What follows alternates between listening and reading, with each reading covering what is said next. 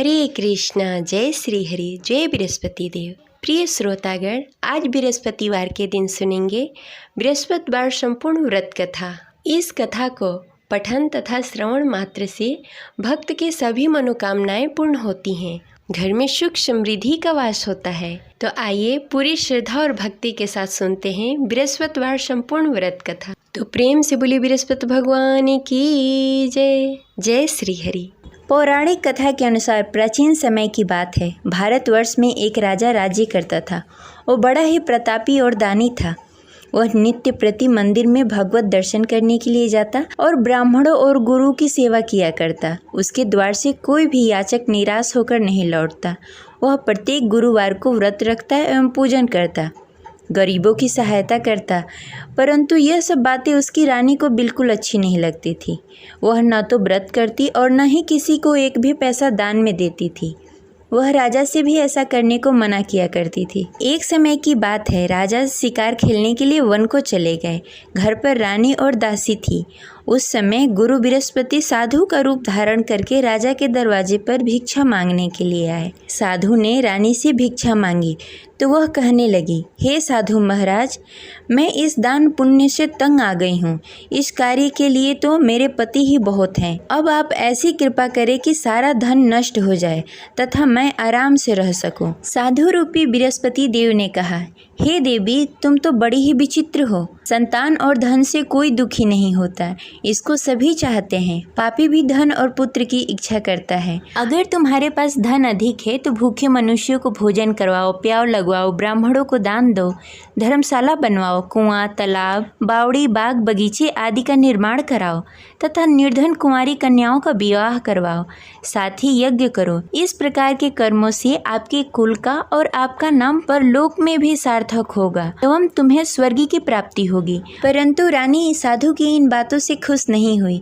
उसने कहा, हे साधु महाराज, मुझे ऐसी धन की आवश्यकता नहीं है जिसे मैं अन्य लोगों को दान में देती फिरूं, जिसको रखने और संभालने में भी मेरा सारा वक्त निकल जाए। साधु ने कहा, हे देवी, यदि तुम्हारी ऐसी ही इच्छा है तो जैसा मैं तुम्हें बताता हूँ वैसा करना। बृहस्पतिवार के दिन आंगन को गोबर से लीपना और अपने केशों को पीली मिट्टी से धोना। केशों को धोते समय स्नान करना। राजा से कहना कि वो हजामत कराए। भोजन में मांस मदिरा खाना। कपड़े धोबी को धोने के लिए देना। इस प्रकार 7 बृहस्पतिवार को करने से तुम्हारा सारा धन नष्ट हो जाएगा। यह कहकर साधु महाराज रूपी बृहस्पति देव अंतर्ध्यान हो गए। रानी ने साधु के कहने के अनुसार 7 बृहस्पतिवार तक वैसा ही करने का विचार किया। साधु के बताए हुए कार्य करते हुए केवल 3 ही बृहस्पतिवार बीते कि उसकी सारी संपत्ति नष्ट हो गई। भोजन के लिए भी 2 समय परिवार तरसने लगा तथा सांसारिक भोगों से दुखी रहने लगा। तब राजा रानी से कहने लगा कि हे रानी, तुम यहाँ पर रहो, मैं दूसरे देश जा रहा हूँ। क्योंकि यहाँ पर मुझे सभी मनुष्य जानते हैं, इसलिए मैं यहाँ कोई कार्य नहीं कर सकता। मैं अब परदेश जा रहा हूँ, वहाँ कोई काम धंधा करूँगा, शायद हमारे भाग्य बदल जाए। ऐसा कहकर राजा परदेश को चला गया। वो वहाँ जंगल से लकड़ियाँ काट कर लाता और शहर में बेचता। इस तरह जीवन व्यतीत करने लगा। इधर राजा के बिना रानी और दासी दुखी रहने लगी। किसी दिन भोजन मिलता और किसी दिन जल पीकर ही रहना पड़ता। एक दिन रानी और दासी को भोजन किए बिना 7 दिन व्यतीत हो गए। तो रानी ने अपनी दासी से कहा, हे दासी, यहाँ पास के नगर में मेरी बहन रहती है। वह बड़ी ही धनवान है। तुम उसके पास जाओ और वहाँ से 5 सेर बेजल मांग के लाओ, जिससे कुछ समय के लिए गुजारा हो जाएगा। दासी रानी की बहन के पास गई। रानी की बहन उस समय पूजा कर रही थी। बृहस्पतिवार का दिन था। दासी ने रानी की बहन से कहा, हे रानी, मुझे आपकी बहन ने भेजा है, मुझे 5 सेर बेजल दे दो। दासी ने यह बात अनेक बार कही, परंतु रानी की बहन ने कोई उत्तर नहीं दिया, क्योंकि वह उस समय बृहस्पतिवार का कथा सुन रही थी। जब दासी को रानी की बहन की कोई उत्तर नहीं मिला तो वह बहुत ही दुखी हुई। उसे क्रोध भी आया। वह लौटकर रानी से बोली, हे रानी, आपकी बहन बहुत ही घमंडी है। वह छोटे लोगों से बात नहीं करती। मैंने उससे कहा, उसने कोई उत्तर नहीं दिया। मैं वापस चली आई। रानी बोली, हे दासी, उसमें उसकी कोई गलती नहीं है। जब बुरे दिन आते हैं तब कोई असहारा नहीं देता। अच्छे बुरे का पता विपत्ति में ही लगता है। जो ईश्वर की इच्छा होगी वही होगा, यह सब हमारे भाग्य का दोष है। उधर रानी की बहन ने सोचा कि मेरी बहन की दासी आई हुई थी, परंतु मैं उससे नहीं बोली, इससे वह बहुत दुखी हुई होगी। अतः कथा सुन बृहस्पति भगवान का पूजन समाप्त करके अपनी बहन के घर गई और कहने लगी, हे बहन, मैं बृहस्पतिवार का व्रत कर रही थी, तुम्हारी दासी हमारे घर आई थी, परंतु जब तक हम कथा सुनते हैं तब तक हम लोग न उठते हैं न किसी से बातें करते हैं, इसलिए मैं नहीं बोली। कहो दासी क्यों गई थी? रानी बोली, बहन, हमारे घर अनाज नहीं था। वैसे तुमसे कोई बात छिपी नहीं है, इस कारण मैंने दासी को तुम्हारे पास 5 सर बेझल के लिए भेजा था। रानी की बहन बोली, बहन देखो, बृहस्पति भगवान सबकी मनोकामनाएं पूर्ण करते हैं, देखो शायद तुम्हारे घर में कहीं अनाज रखा हो। यह सुनकर दासी घर के अंदर गई, वहाँ से उसे एक घड़ा बेझल का भरा हुआ मिल गया। उसे बड़ी हैरानी हुई क्योंकि उसके एक एक बर्तन देख लिया था। उसने बाहर आकर रानी को बताया। दासी अपने रानी से कहने लगी, हे रानी देखो, वैसे हमको जब अन्न नहीं मिलता तो हम रोज ही व्रत करते, अगर इनसे इस व्रत की विधि और कथा पूछ ली जाए तो हम भी इस व्रत को किया करेंगे। दासी के कहने पर रानी ने अपनी बहन से बृहस्पतिवार के व्रत के बारे में पूछा। उसकी बहन ने बताया, हे रानी बहन, बृहस्पतिवार को सूर्योदय से पूर्व उठकर स्नान आदि से निवृत्त होकर बृहस्पतिवार का व्रत करना चाहिए, लेकिन उस दिन सिर नहीं धोना चाहिए। बृहस्पतिवार के व्रत में चने की दाल और मुनक्के से विष्णु भगवान और केले के वृक्ष की जड़ की पूजन करनी चाहिए तथा दीपक जलाएं। उस दिन एक ही समय भोजन करें, भोजन पीले खाद्य पदार्थ का करें तथा कथा सुनें। इस प्रकार करने से गुरु भगवान प्रसन्न होते हैं और अन्न पुत्र धन देते हैं। इस प्रकार व्रत और पूजन की विधि बताकर रानी की बहन अपने घर को लौट गई। रानी और दासी दोनों ने ही निश्चय किया कि वे बृहस्पति भगवान का पूजन जरूर करेंगी। 7 दिन बाद जब बृहस्पतिवार आया तो दोनों ने व्रत रखा। घुड़सार में जाकर चना और गुड़ बीन लाई तथा उसकी दाल से केले की जड़ में विष्णु भगवान का पूजन किया। अब भोजन कहाँ से आए? दोनों बड़ी ही दुखी हुई, परंतु उन्होंने व्रत किया था, इस कारण बृहस्पति देव भगवान प्रसन्न थे। वे एक साधारण व्यक्ति के रूप में 2 थालों में सुंदर पीला भोजन लेकर आए और दासी को देकर बोले, हे दासी, यह भोजन तुम्हारे और रानी के लिए है, तुम दोनों करना। दासी भोजन पाकर बड़ी ही प्रसन्न हुई और रानी से बोली, रानी जी भोजन कर लो। रानी को भोजन आने के बारे में कुछ पता नहीं था, इसलिए वह दासी से बोली, जा तू ही भोजन कर ले, क्योंकि तू हमारी व्यर्थ में हंसी उड़ाती है। दासी बोली, एक व्यक्ति अभी भोजन देकर गए हैं। रानी कहने लगी, वह भोजन तेरे लिए दे गए होंगे, तू ही भोजन कर ले। दासी ने कहा, वह व्यक्ति हम दोनों के लिए भोजन की थाली लेकर आए हैं, इसलिए मैं और आप दोनों ही साथ भोजन करेंगी। फिर दोनों ने गुरु भगवान का नमस्कार किया और भोजन प्रारंभ किया। उसके बाद से वे प्रत्येक बृहस्पतिवार को गुरु भगवान का व्रत और पूजन करने लगी। बृहस्पति भगवान की कृपा से उसके पास धन हो गया, परंतु रानी फिर पहले की तरह आलस्य करने लगी। तब दासी बोली, देखो रानी, तुम पहले भी इस प्रकार का आलस करती थी, तुम्हें धन को रखने में कष्ट होता था, इस कारण सभी धन नष्ट हो गए। अब गुरु भगवान की कृपा से धन मिला है तो फिर तुम्हें आलस्य होता है। बड़ी मुसीबतों के बाद हमने यह धन पाया है, इसलिए हमें दान पुण्य करना चाहिए। तुम भूखे मनुष्यों को भोजन कराओ, प्याव लगवाओ, ब्राह्मणों को दान दो, कुआं, तालाब, बावड़ी आदि का निर्माण कराओ, मंदिर पाठशाला बनवाओ, दान दो, कुंवारी कन्याओं का विवाह करवाओ। धन को शुभ कार्यों में खर्च करो, जिससे तुम्हारे कुल और यश बढ़े तथा स्वर्ग की प्राप्ति हो और पितृ प्रसन्न हो। दासी की इन बातों को मानकर रानी ने इसी प्रकार का कार्य करना प्रारंभ कर दिया, जिससे उसका काफ़ी यश फैलने लगा। एक दिन रानी और दासी आपस में विचार करने लगी, न जाने राजा किस दशा में होंगे, उनकी कोई खोज खबर नहीं है। गुरु भगवान से उन्होंने प्रार्थना की और भगवान ने रात्रि में राजा को स्वप्न में कहा, हे राजा, उठ, तेरी रानी तुझे याद करती है, अब अपने देश को लौट जा। राजा प्रातःकाल उठकर जंगल से लकड़ियाँ काटकर लाने के लिए जंगल की ओर चल पड़ा। जंगल में गुजरते हुए वह सोचने लगा, रानी की गलती से कितने दुख भोगने पड़े। राजपाट छोड़कर जंगल में आकर रहना पड़ा। जंगल में लकड़ियां काटकर उन्हें बेचकर गुजारा करना पड़ा। उसी समय उस जंगल में बृहस्पति देव साधु के रूप में प्रकट हुए और राजा से पूछने लगे, हे लकड़हारे, तू इस सुनसान जंगल में किस चिंता में बैठा है, मुझे बताओ।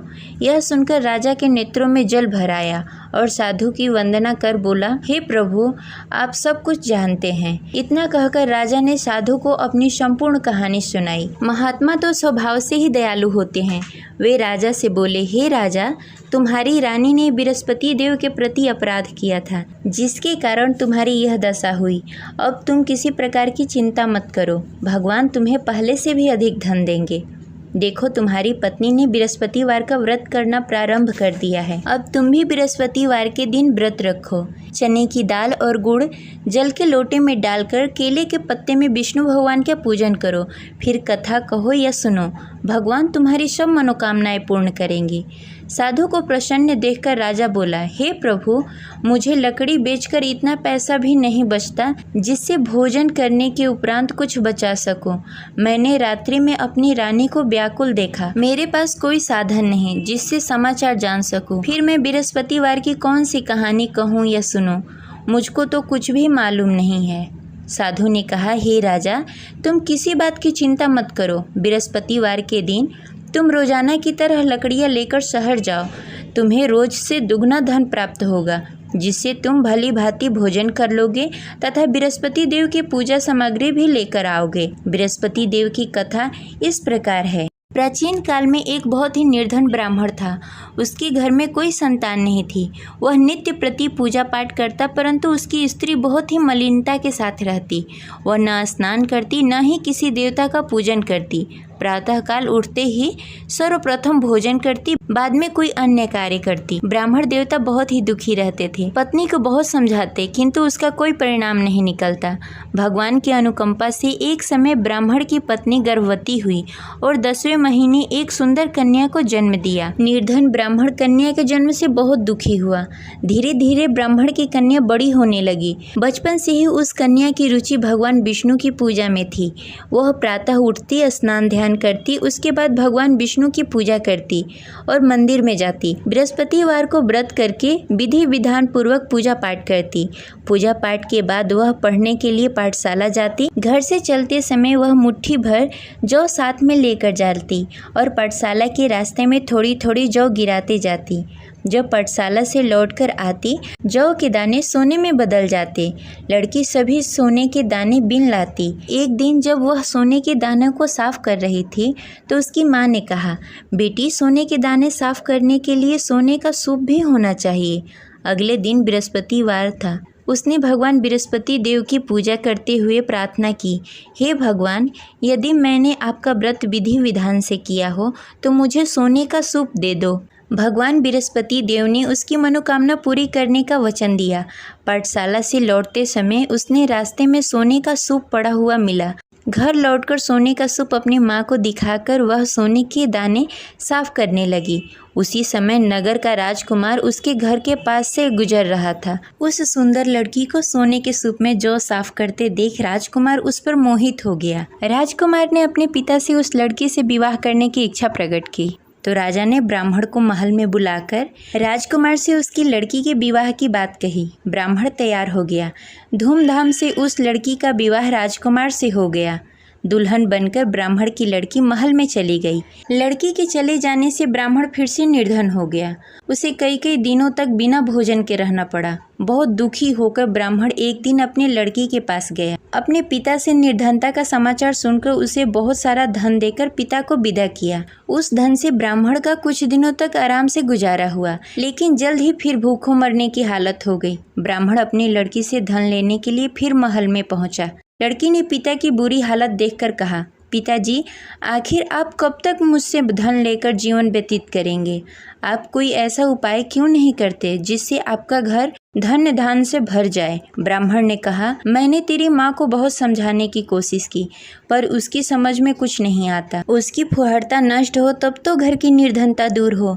तब कुछ सोचकर लड़की ने पिता से कहा, पिताजी, आप कुछ दिनों के लिए माँ को मेरे पास छोड़ जाओ।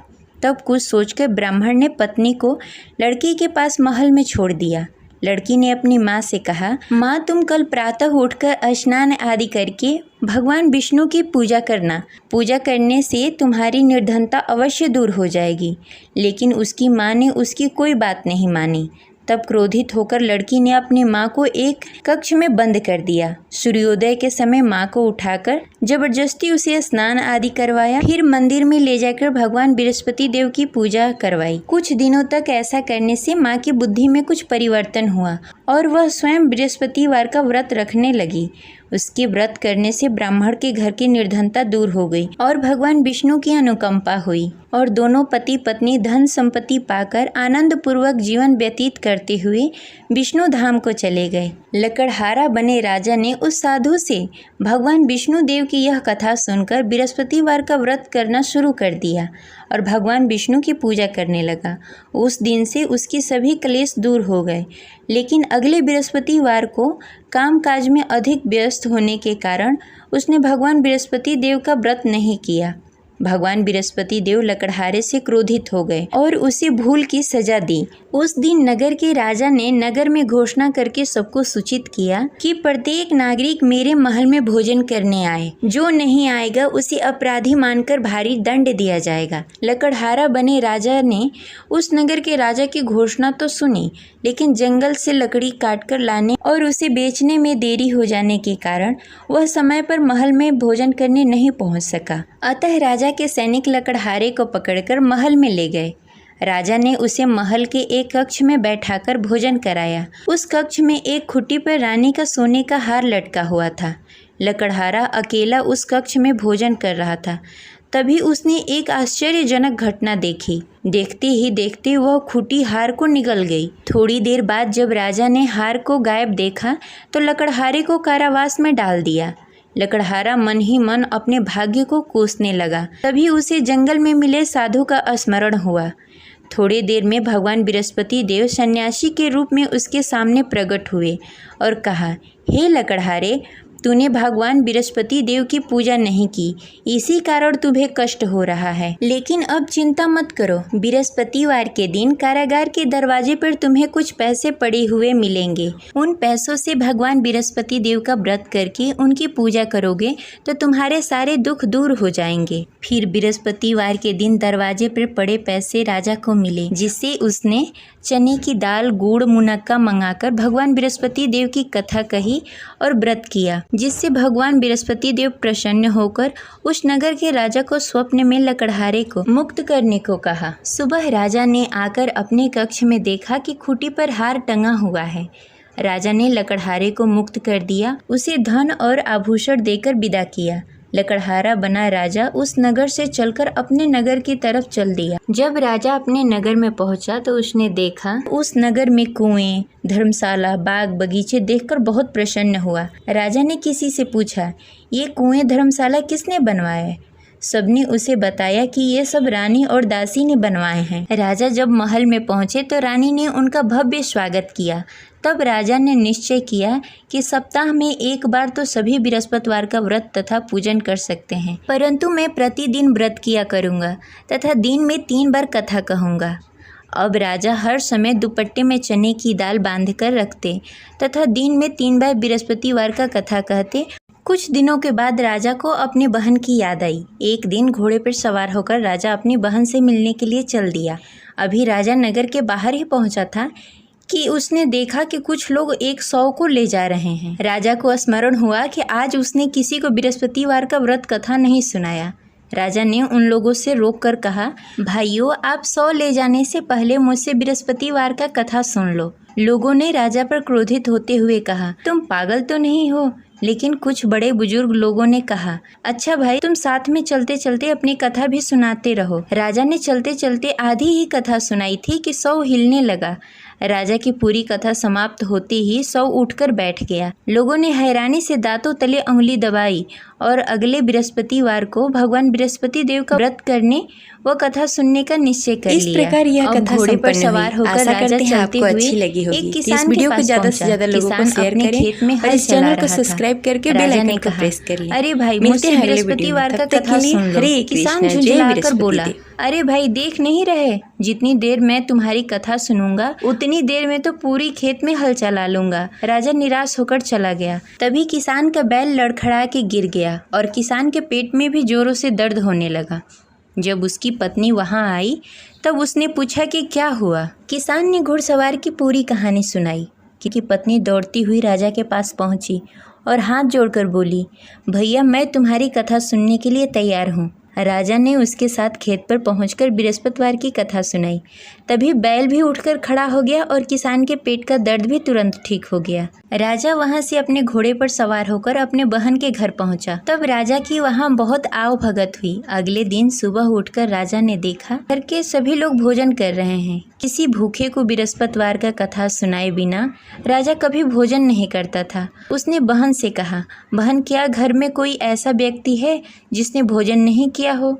उसकी बहन ने बोला, भैया, हमारे घर तो क्या, आपको पूरे नगर में कोई ऐसा व्यक्ति नहीं मिलेगा जिसने सुबह सुबह भोजन नहीं किया हो। तब राजा ने बहन के घर से निकलकर उस नगर में बिना भोजन किए हुए व्यक्ति की तलाश करनी शुरू की। एक गडेरिये के घर में उसका बेटा बीमार होने के कारण भूखा रह गया था।